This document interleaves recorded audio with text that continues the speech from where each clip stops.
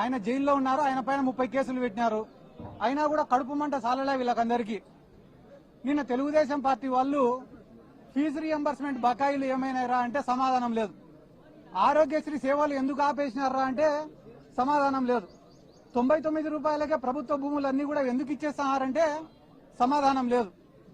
Home minister ఏం మాట్లాడుతుంది వీటికి సమాధానం అడిగితే తెలుసా? అంబటి రాంబాబు గారు ఇటు అన్నారంట.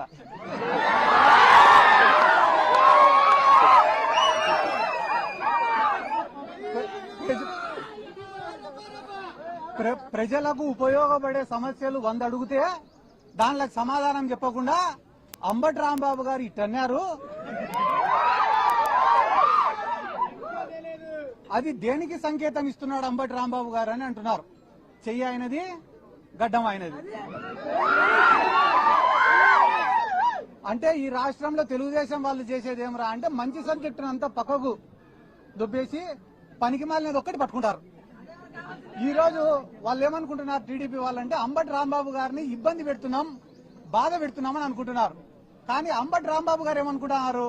నేను వైఎస్ఆర్ కాంగ్రెస్ పార్టీ కోసం పోరాడతానా, అందుకు నేను గర్వపడుతున్నా అనుకుంటున్నాడు. ఆయన అట్లా అనుకునే రోజులు మీరు ఆయనను బాధ పెట్టేది లేదు, ఆయనను పీకేది కూడా లేదని చెప్పి